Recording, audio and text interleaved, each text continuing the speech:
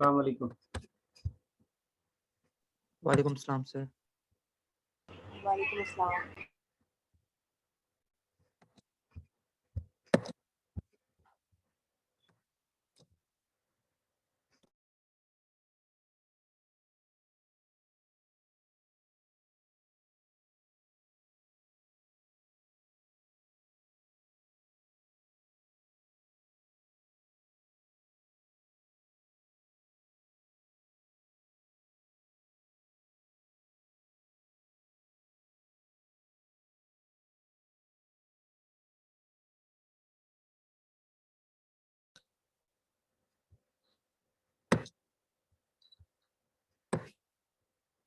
आपकी क्लास का CR GR कौन है?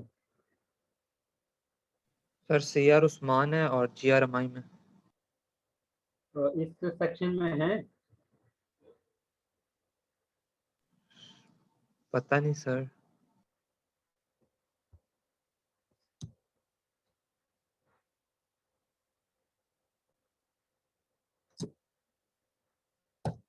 ये सर उस्मान है। हाँ, इसी Yes. सेक्शन में है। सलाम सर। वालेकुम सलाम। Yes sir. तो ये इस तरह करना है कि आपने आपकी क्लास के जितने भी स्टूडेंट हैं जी सर। इनके सभी के जिस तरह पार्टिसिपेंट में नाम और ये तस्वीर आ जाती है, तो आपने इसकी पिक्चर लेकर मुझे व्हाट्सएप कर देनी है।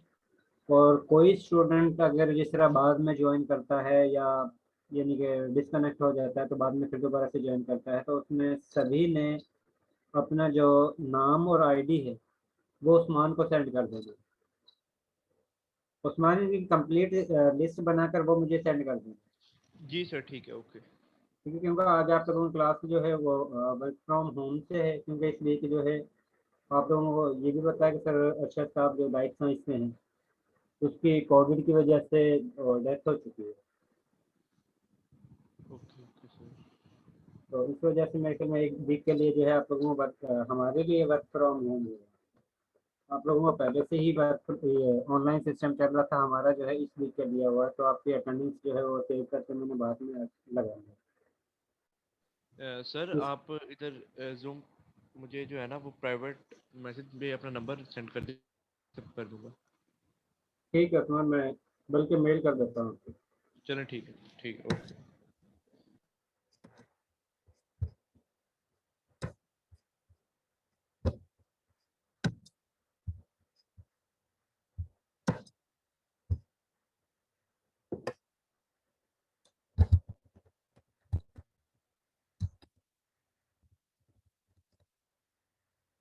उस्मान आपका F20206703 है ना? Yes sir.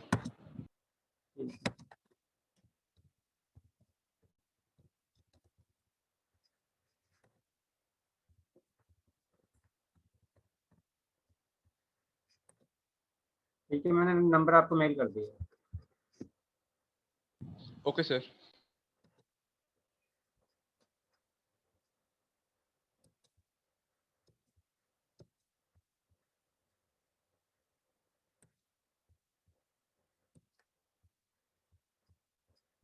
आज आप लोगों का एक्सपेरिमेंट नंबर 5 है, जिसमें रिडॉक्स टाइट्रेशन टॉपिक जो है, क्योंकि लास्ट टाइम आप लोगों ने जितने भी एक्सपेरिमेंट किए हैं उनमें एसिड बेस टाइट्रेशन की है।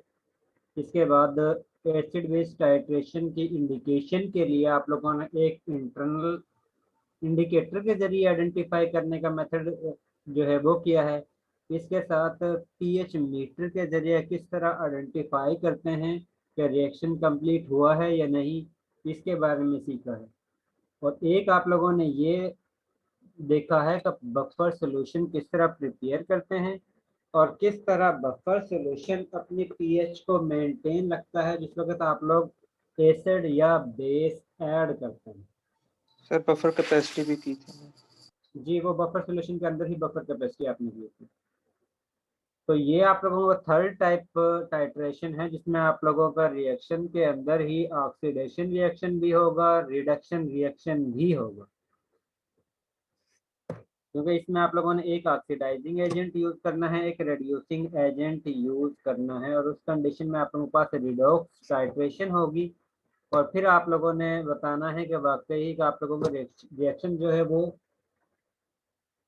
उसके अंदर रिडक्शन और ऑक्सीडेशन, किसके अंदर रिडक्शन प्रोसेस हो रहा है, किसके अंदर ऑक्सीडेशन का प्रोसेस हो रहा है। बेसिकली ऑक्सीडेशन या रिडक्शन की हम 3 टाइप्स में डेफिनेशन करते हैं कि आप लोगों को किसी भी ऑक्सीडेशन को या रिडक्शन को 3 तरह से एक्सप्लेन कर सकते हो। जी अमाइम अबूजर। Yes, sir. अमाइम ऑक्सीडेशन की वो 3 टाइप्स कौन कौन सी हैं?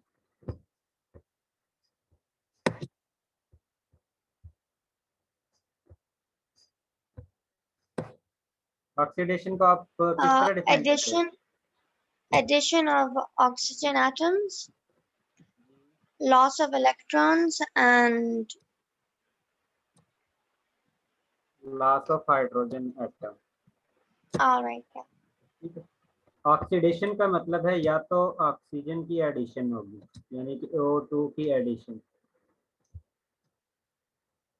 या फिर हाइड्रोजन जो है वो रिमूव होगा, या फिर उसमें से इलेक्ट्रॉन जो है वो रिमूव होगा। इन तीनों को हम ऑक्सीडेशन के मीनिंग में ही लेकर आते हैं।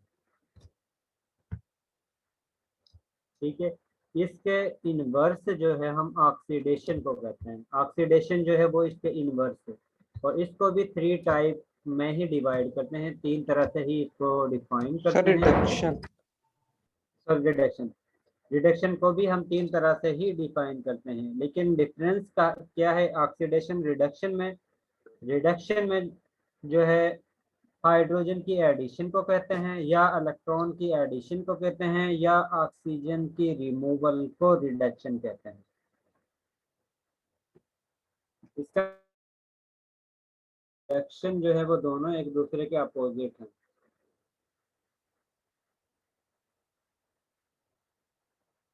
और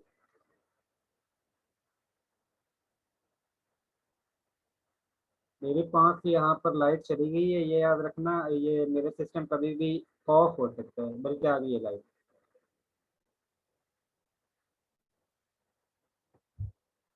ठीक है। इसका मतलब है कि हम ऑक्सीडेशन और रिडक्शन को दोनों का इनवर्स कहते हैं, दोनों एक दूसरे के अपोजिट हैं। एक में ऑक्सीजन ऐड होता है तो दूसरे में ऑक्सीजन जो है वो रिमूव होता है। और जिस वक्त ऑक्सीडेशन रिडक्शन टाइट्रेशन होगी, इसका मतलब है कि इसके अंदर आप लोगों के पास ऑक्सीडेशन रिएक्शन भी हो रहा है और इसके साथ रिडक्शन रिएक्शन भी हो रहा है। ऑक्सीडाइजिंग एजेंट उस स्पीशी को हम कहते हैं जो खुद रेड्यूस होती है और दूसरी स्पीशी को ऑक्सीडाइज करती है।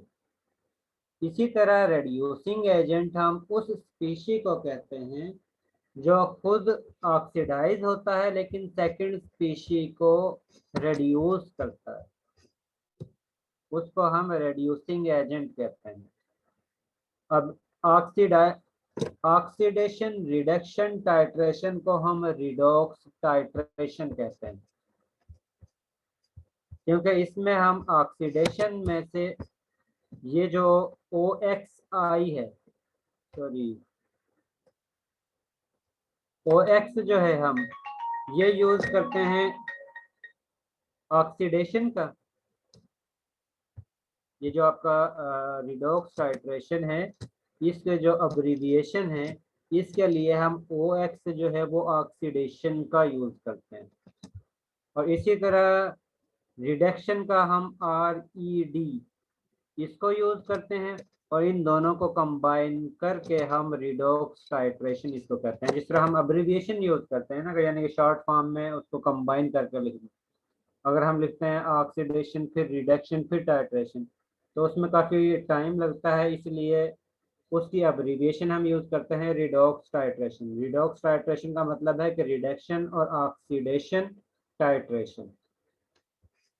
इसका मतलब है कि इस टाइट्रेशन के अंदर एक स्पीशी ने इलेक्ट्रॉन को रिलीज करना है और एक स्पीशी ने इलेक्ट्रॉन को लूज करना है, और ऐसे टाइट्रेशन को, जिसमें एक स्पेशल इलेक्ट्रॉन को रिलीज करती है और दूसरी एक्सेप्ट करती है, उसको हम रिडॉक्स टाइट्रेशन कहते हैं। और इस टाइट्रेशन के अंदर भी हम इंडिकेटर यूज करते हैं, क्योंकि इंडिकेटर जो है हमें आसानी से आइडेंटिफाई कर देता है कि रिएक्शन जो है वो कंप्लीट हुआ है या नहीं। अगर हम डायरेक्ट रिएक्शन करते हैं तो कलर वेरिएशन उस वक्त भी होता है, लेकिन इतनी केयरफुली हम उसको हैंडल नहीं कर सकते, क्योंकि जिस तरह आप लोगों ने आज के जो एक्सपेरिमेंट है उसमें फेरस की टाइट्रेशन करनी है क्रोमियम के साथ। अब क्रोमियम जो है यहाँ पर 6 ऑक्सीडेशन स्टेट से 3 ऑक्सीडेशन स्टेट में कन्वर्ट होता है। और आप लोगों को पता है क्रोमियम जो है जिस वक्त 6 ऑक्सीडेशन स्टेट में होता है तो उस कंडीशन में भी कलर शो करता है, और जिस वक्त ये +3 फॉर्म में कन्वर्ट होता है तो उस कंडीशन में भी इसका कलर होता है। लेकिन हम उसको केयरफुली हैंडल नहीं कर सकते, ना ही हम आइडेंटिफाई कर सकते हैं एग्जैक्टली कि वाकई कि क्रोमियम 6 से क्रोमियम 3 आयन में कन्वर्ट हुआ है या नहीं हुआ है। तो उसकी कंफर्मेशन के लिए हम एक्सटर्नल इंडिकेटर यूज करते हैं, और वो एक्सटर्नल इंडिकेटर जो है इस एक्सपेरिमेंट के दौरान जो है वो डाइफिनाइल अमाइन होता है, जिसकी वजह से आप लोगों के पास इनिशियल कलर जो है वो कलरलेस होता है, और कलरलेस से आप लोगों को कलर जो है पर्पल कलर में या ब्लूइश वायलेट कलर में आप लोगों के पास कलर जो है वो अपीयर होता है। सर पीएच मीटर नहीं यूज कर सकते इंडिकेटर की जगह? पीएच मीटर के जरिए तो जस्ट आप लोग ये प्रोटॉन आयन की कंसंट्रेशन को बता सकते हो, लेकिन इलेक्ट्रॉन शिफ्ट हो रहे हैं उसके बारे में किस तरह आप बता सकते हो? क्योंकि आप लोगों के पास रिएक्शन के अंदर तो वो जो आयन है वो तो मौजूद रहने ही है, चाहे रिएक्टेंट में हो चाहे वो प्रोडक्ट में हो। क्योंकि पीएच मीटर की मदद से जस्ट आप लोग प्रोटॉन आयन की कंसंट्रेशन को बता सकते हो। ठीक है, इसके अलावा आप Yes, sir. लोग इसके अलावा और कोई चीज के आप आइडेंटिफाई नहीं कर सकते। आज का जो एक्सपेरिमेंट है उसमें आप लोगों ने पोटाशियम डाइक्रोमेट को यूज करना है, जिसको हम मोलर साल्ट भी कहते हैं, मोहर साल्ट भी कहते हैं। इसको टाइट्रेट करवाना है फेरस सल्फेट के साथ, और इस रिएक्शन को हमने एसिडिक कंडीशन में अप्लाई करना है। इसका मतलब है कि इसमें हमने सॉल्यूशन को पहले एसिडिक करना है और उसके बाद उसको फेरस सल्फेट के साथ टाइट्रेट करवाना। और जिस वक्त आप लोग टाइट्रेशन करवाते हो तो उस कंडीशन में आप लोगों के पास क्रोमियम 6 जो है वो क्रोमियम 3 में कन्वर्ट होता है। इस कंडीशन में क्रोमियम की ऑक्सीडेशन स्टेट जो है वो +6 होती है। और +6 किस तरह होती है वो आप लोगों को कंफर्म होता है जिस वक्त आप लोग इसकी स्ट्रक्चर जो है वो ड्रा करते हो। आप लोगों के पास क्रोमियम जो है उसकी स्ट्रक्चर ये होती है, एक क्रोमियम, उसके बाद ऑक्सीजन, उसके बाद क्रोमियम। अब ये क्रोमियम जो है हर क्रोमियम फर्दर 3 1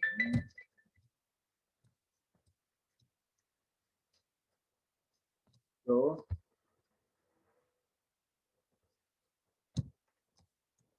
और ये ऑक्सीजन नेगेटिव।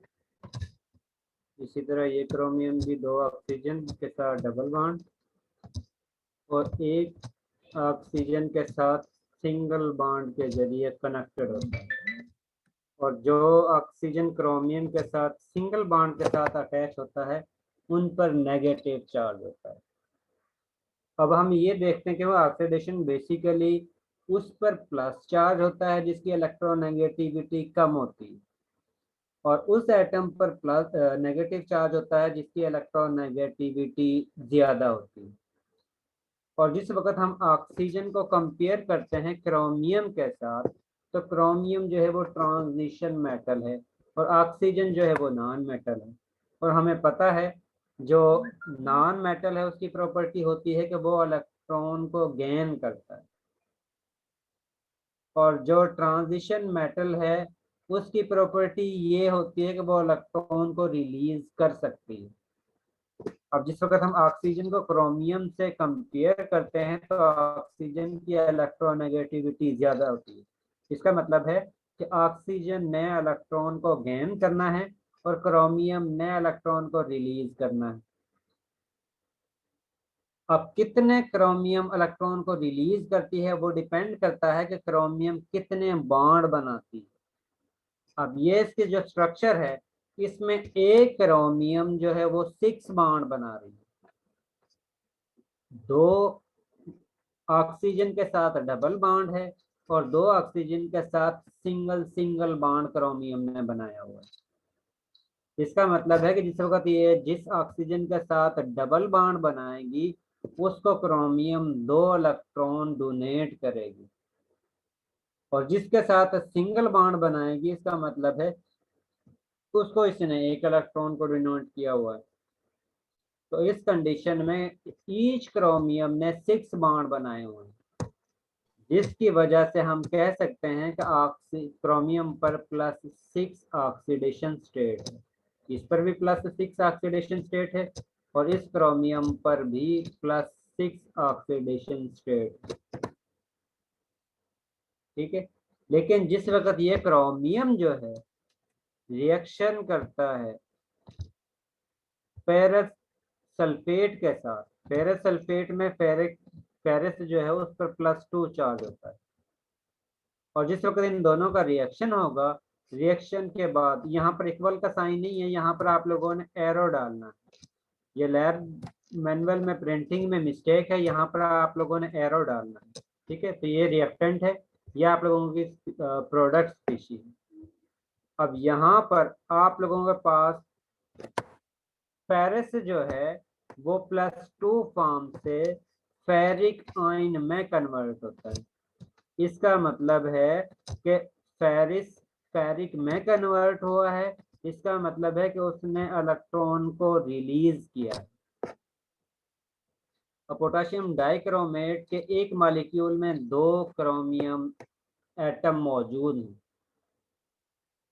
और जिस वक्त हम रिएक्शन करवाते हैं तो रिएक्शन के बाद एक मॉलिक्यूल से 2 क्रोमियम आयन आप लोगों के पास हासिल होते हैं, और जिस वक्त रिएक्शन होता है, रिएक्शन होने के बाद क्रोमियम 6 ऑक्सीडेशन स्टेट से +6 ऑक्सीडेशन स्टेट से +3 ऑक्सीडेशन स्टेट में कन्वर्ट होता है। इसका मतलब है क्रोमियम जो है वो इलेक्ट्रॉन को गेन कर रहा है, और कितने इलेक्ट्रॉन को गेन कर रहा है? ईच क्रोमियम जो 3 है ईच क्रोमियम जो है वो 3 इलेक्ट्रॉन को गेन कर रहा है, और ईच आयरन जो है वो 1 इलेक्ट्रॉन को डोनेट कर रहा है। अब एक मॉलिक्यूल में पोटेशियम डाइक्रोमेट के एक मॉलिक्यूल में 2 क्रोमियम आयन होते हैं। अब एक क्रोमियम आयन जो है वो 3 इलेक्ट्रॉन को एक्सेप्ट कर रहा है, तो 2 एटम 6 इलेक्ट्रॉन को गेन करेंगे। इसीलिए हमने यहाँ पर 6 आयरन के साथ 6 लिखा हुआ है, क्योंकि ये 6 इलेक्ट्रॉन को डोनेट करेगा, और क्रोमियम जो है वो 6 इलेक्ट्रॉन को 2 एटम क्रोमियम के 6 इलेक्ट्रॉन को गेन करेंगे, और एक एटम क्रोमियम आयन का 3 इलेक्ट्रॉन को गेन करेगा, और उस कंडीशन में आप लोगों के पास ये रिएक्शन होगा। और रिएक्शन की इंडिकेशन आप लोगों को कलर की मदद से इंडिकेशन होगी। जिस तरह आप लोग एसिड बेस टाइट्रेशन में टाइट्रेशन करवाते हो, तो उस कंडीशन में आप लोगों को कलर वेरिएशन की मदद से आप लोगों को इंडिकेट हो जाता है कि आप लोगों का रिएक्शन हुआ है या नहीं हुआ है। इसी तरह हम इसमें भी एक्सटर्नल इंडिकेटर जो है वो ऐड करते हैं, उसकी मदद से आप लोगों को कलर वेरिएशन की वजह से ये इंडिकेट हो जाता है कि आप लोगों का रिएक्शन जो है वो कंप्लीट हो चुका है। इसमें आप लोगों के पास कलरलेस से पर्पल या ब्लू वायलेट कलर अपीयर होगा। और वही आप लोगों का एंड पॉइंट होगा। अब इसका मेथड क्या है, किस तरह आप लोगों ने इसको परफॉर्म करना है। आप लोगों ने सबसे पहले मोहर साल्ट यानी कि डाइक्रोमेट का सोल्यूशन लेना है। उसमें आप लोगों ने 5 ml dilute sulphuric acid add करना है और 2 ml फास्फोरिक एसिड ऐड करना है। अगर आप लोग सिंपल सल्फ्यूरिक एसिड ऐड कर देते हो और फास्फोरिक एसिड ऐड नहीं करते, तब भी आप लोगों के इस एक्सपेरिमेंट का रिजल्ट आ जाता है। जी मोहम्मद साहब, सर मोहर सॉल्ट क्या है? यही पोटाशियम डाइक्रोमेट को ही हम मोहर साल्ट कहते हैं। ओके तो सर। सॉरी फेरिक सल्फेट के जो सोल्यूशन है उसको हम मोहर साल्ट कहते हैं। Okay sir. ठीक है, फेरिक सल्फेट का सोल्यूशन लेना है। उसमें आप लोगों ने सल्फ्यूरिक एसिड 5 ml ऐड करना है टाइट्रेटिंग क्लास में, और उसी टाइट्रेटिंग क्लास के अंदर आप लोगों ने 2 ml फास्फोरिक एसिड ऐड करना है। क्योंकि हमने कहा था कि हम इस रिएक्शन के एक्सपेरिमेंट के दौरान एसिडिक मीडियम यूज करते हैं, इसी वजह से हम इसमें एसिड ऐड कर रहे हैं। उसके बाद आप लोगों ने 2-3 ड्रॉप फिनोफ्थाल डाइफिनाइल अमाइन के ऐड करने हैं, और ब्यूरेट के अंदर आप लोगों ने पोटाशियम डाइक्रोमेट का सॉल्यूशन ऐड करना है। उसके बाद आप लोगों ने टाइट्रेटिंग क्लास के अंदर पोटाशियम डाइक्रोमेट को ब्यूरेट की मदद से ड्रॉप वाइज एडिशन करनी है उस वक्त तक जिस वक्त तक आप लोगों के पास कोई कलर अपीयर नहीं होता। जिस वक्त आप लोगों के पास कलर अपीयर होगा वही आप लोगों का एंड पॉइंट होगा। और इसी परफॉर्मेंस को आप लोगों ने 3 मरतबा परफॉर्म करना है, और परफॉर्मेंस के दौरान जितने भी वैल्यू वॉल्यूम की आपके पास हासिल होती जाएगी वो आप लोगों ने यहाँ पर नोट करते जाना। उसके बाद तीनों को आप लोगों ने सम करना है और 3 से डिवाइड कर देना है, वो आप लोगों के पास मीन वॉल्यूम हासिल होगा। अब ये वॉल्यूम आप लोगों के पास जो है वो पोटाशियम डाइक्रोमेट का है। तो पोटाशियम डाइक्रोमेट का वॉल्यूम आप लोगों ने, सपोज आप लोगों के पास वॉल्यूम आता है 2 सेंटीमीटर क्यूब, तो आप लोगों ने पोटाशियम डाइक्रोमेट यानी कि V2 की जगह पर 2 सेंटीमीटर क्यूब लिख देना। आप लोगों ने मोहर साल्ट यानी कि फेरस सल्फेट की मोलैरिटी जो है वो फाइंड आउट करनी है। पोटाशियम डाइक्रोमेट की मोलैरिटी जो है वो 0.1 मोलर। आप लोगों के पास फेरस सल्फेट का जो सोल्यूशन आप लोगों ने यूज किया था वो 10 ml आप लोगों ने लेना है। इसका मतलब है कि फेरस सल्फेट का वॉल्यूम भी नाउन है तो उसकी वैल्यू आप लोगों के पास 10 सेंटीमीटर क्यूब है। और इस वक्त आप लोग बैलेंस केमिकल इक्वेशन को कंपेयर करते हो तो उसकी मदद से आप लोगों के पास पोटाशियम डाइक्रोमेट और फेरस सल्फेट का नंबर ऑफ मोल्स हासिल होते हैं। पोटाशियम डाइक्रोमेट का आप लोगों के पास 1 नंबर ऑफ मोल है और फेरस सल्फेट का आपके पास 6 नंबर ऑफ मोल है। इसका मतलब है N1 की वैल्यू आप लोगों के पास 1 हासिल होती है और फेरस सल्फेट के नंबर ऑफ मोल्स की क्वांटिटी आपके पास 6 हासिल होती है। उसके बाद आप लोगों ने इक्वेशन अप्लाई करनी है जिसमें M1V1 over N1 is equal to M2V2 over N2 है। अब आप लोगों के पास M1 की वैल्यू भी गिवन है जिसकी वैल्यू 0.1 ये दी हुई है। V1 की वैल्यू आप लोगों के पास ब्यूरेट रीडिंग हासिल होती है, सपोज वो 2 सेंटीमीटर क्यूब आ गई है।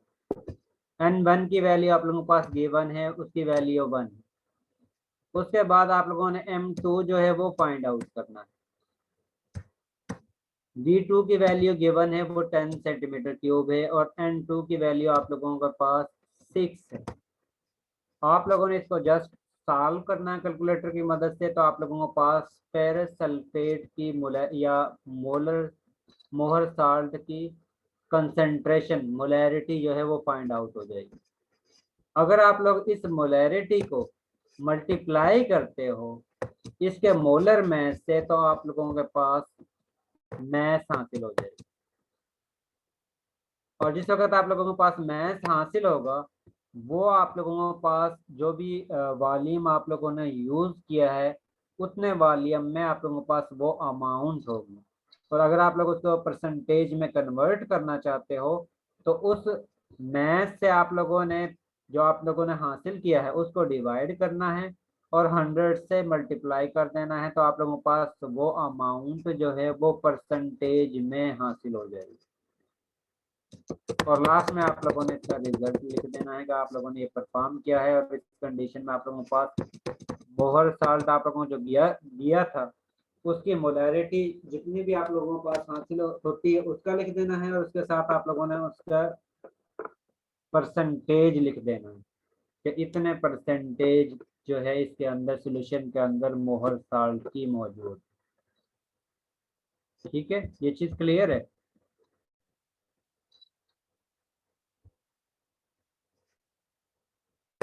इसके बाद मैं आप लोगों को एक वीडियो दिखाता हूँ जिसमें इसकी परफॉर्मेंस दी सर है कि आप लोगों ने किस तरह इसको परफॉर्म करना है। जी सर एक क्वेश्चन सर, एसिडिक क्यों करना है? एसिडिक मीडियम हमने क्यों करना है, उसकी क्या रीजन है? साल्ट की रिएक्टिविटी इटसेल्फ अगर आप लोग करते हो तो उस कंडीशन में उसकी रिएक्टिविटी जो है वो बहुत कम है, लेकिन जिस वक्त आप लोग इसको यूज करते हो एसिडिक कंडीशन में तो उस कंडीशन में इसकी रिएक्टिविटी जो है वो इनहांस हो जाती है, यानी कि वाटर मॉलिक्यूल की फॉर्म में ऑक्सीजन जो है वो आसानी से रिमूव हो जाता है। ओके साल्ट की सर। फॉर्म में जल्दी से वो रिमूव नहीं होता है। Okay sir.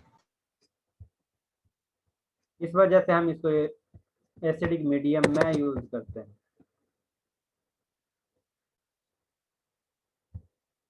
इसके साथ मैं आप लोगों को एक वीडियो दिखा रहा हूँ, इसमें इसकी परफॉर्मेंस गिवन तो पोटाशियम डाइक्रोमेट को जिस वक्त आप लोग टाइट्रेट करवाते हो तो उस कंडीशन में आप लोगों के पास रिजल्ट किस तरह का हासिल होता है। ये पहला रिजल्ट जो है वो इस कंडीशन में है जिस वक्त आप लोग इंडिकेटर यूज नहीं करते, जस्ट आप लोग पोटाशियम डाइक्रोमेट का टाइट्रेशन करवाते हो, इसके सोल्यूशन के टाइट्रेशन करवाते हो फेरस सल्फेट के साथ, तो उस कंडीशन में भी आप लोगों के पास कलर जो है वो अपीयर होता है, लेकिन वो डिफरेंट होता है क्योंकि आप लोगों के पास फेरिक सॉरी क्रोमियम 6 और क्रोमियम 3 दोनों ही कलर्ड पोर्शन, और इसको आप लोग आसानी से कंट्रोल नहीं कर सकते। और कंट्रोल नहीं कर सकते इसका मतलब है कि उस कंडीशन में आप लोग आसानी से बता नहीं सकते कि आप लोगों का रिजल्ट क्या आता है। ठीक है, इस कंडीशन में आप लोगों के पास आप लोगों को इसको केयरफुली हैंडल करने के लिए जिसके जरिए आप लोगों के पास आसानी से रिजल्ट हासिल हो सकता है, तो उस कंडीशन में हम इसको इसमें इंडिकेटर जो है वो यूज करते हैं। इंडिकेटर जो है वो डाइफिनाइल अमाइन होता है।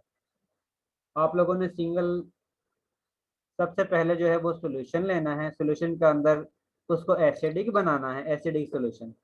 उसके बाद आप लोगों ने इंडिकेटर ऐड करना है, इंडिकेटर ऐड करने के बाद आप लोगों ने पोटाशियम डाइक्रोमेट के सॉल्यूशन को ड्रॉप वाइज ऐड करना है। देखिए इनिशियली इसका कलर जो है वो कलरलेस है, लेकिन जिस वक्त आप लोग इंडिकेटर ऐड करने के बाद इसमें पोटाशियम डाइक्रोमेट के सॉल्यूशन को ऐड करते हो तो ऐड करने के बाद इसका पर्पल कलर अपीयर होगा, और जिस वक्त इसका पर्पल कलर अपीयर होगा वही आप लोगों का एंड पॉइंट होगा।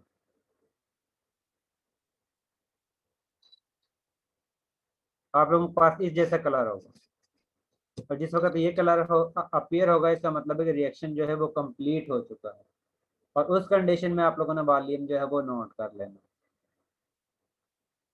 और इसी परफॉर्मेंस को आप लोगों ने 3 मरतबा रिपीट करना है। रिपीट करने के बाद जो भी रिजल्ट हासिल होगा वो आप लोगों ने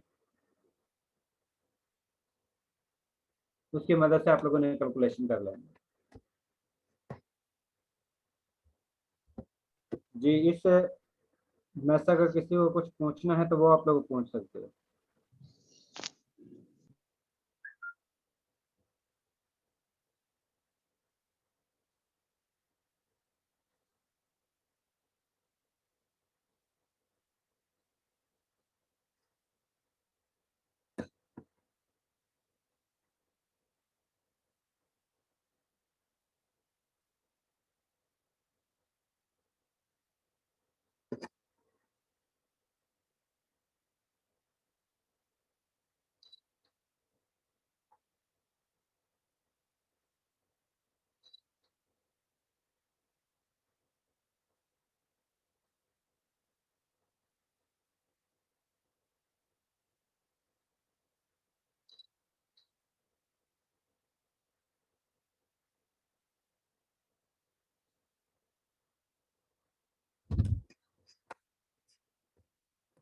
ये एक्सपेरिमेंट की समझ आ गई किस तरह आप लोगों ने परफॉर्म करना है? अगर इसमें से कुछ पूछना है तो वो आप लोग पूछ सकते हो, अदरवाइज हम इस क्लास को एंड करते हैं।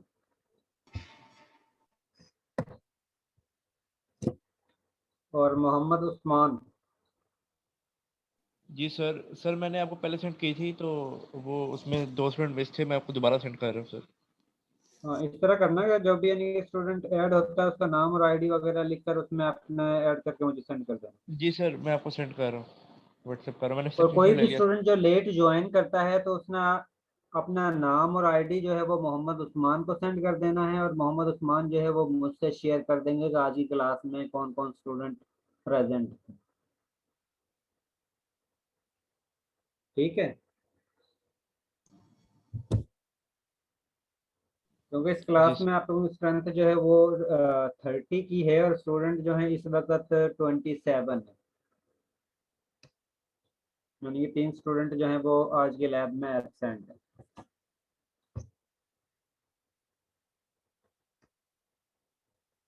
जी इसमें से अगर किसी ने कुछ पूछना है तो आप लोग पूछ सकते हो, अदरवाइज आप लोग लीव कर सकते हो। अल्लाह हाफिज सर। अल्लाह हाफिज।